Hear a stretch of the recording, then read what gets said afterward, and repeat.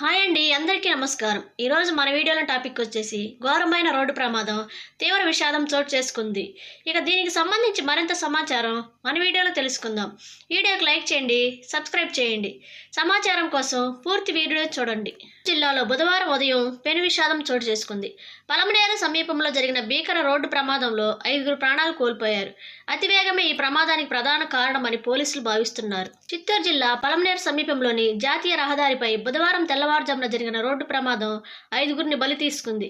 వేగంగా వెళుతున్న కారు ఒక్కసారిగా నియంత్రణ కోల్పోయి ముందున్న లారీని వెనుక నుంచి బలంగా ఢీకొట్టింది. ప్రమాదంలో కారులో ప్రయాణిస్తున్న 5గురు, 2 పురుషులు, 3 మహిళలు అక్కడికక్కడే మరణించారు. మృతులంతా కర్ణాటక రాష్ట్రానికి చెందిన వారుగా పోలీసులు గుర్తించారు. కారు అతివేగంతో లారీని ఢీకొట్టడంతో కారు ముందు భాగం పూర్తిగా నుజ్జునుజ్జయింది. వాహనంలో చిక్కుకుపోయిన మృతదేహాలను వెలికి తీయటం పోలీసులకు కష్టతరంగా మారింది. సమాచారం అందిన వెంటనే పలమనేరు పోలీసులు ఘటనా స్థలానికి చేరుకొని సహాయక చర్యలు చేపట్టారు.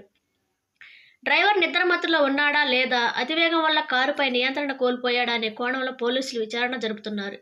మృతదేహాలను పోస్టుమార్టం నిమిత్తం స్థానిక ప్రభుత్వ ఆసుపత్రికి తరలించారు. బాధిత కుటుంబ సభ్యులకు సమాచారం అందించేందుకు పోలీసులు ప్రయత్నిస్తున్నారు.